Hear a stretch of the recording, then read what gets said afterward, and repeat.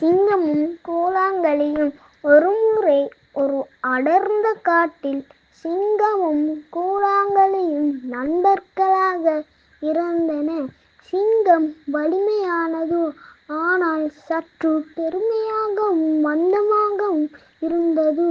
கூழாங்கல்லி சிறிதாயினும் புத்திசாலி, அதே சமயம் வேகமாகவும் இருந்தது. ஒருநாள் சிங்கம் கூழாங்கல்லியிடம் சொன்னது: "நான் காட்டின் ராஜா. இங்கு எனக்கு யாரும் எதிர்ப்பு இல்லாமல் உலாவும் தகுதி உண்டு."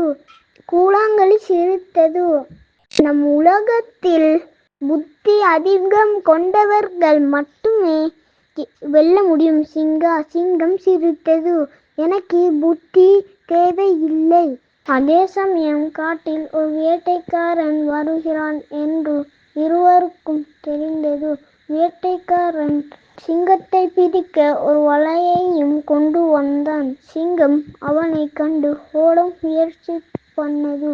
ஆனால் அது மந்தமாக இருந்ததால் வேட்டைக்காரன் விரைவாக சுற்றி வலையில் பிடித்து விட்டான். அப்போது கூழாங்கல்லி வந்தது.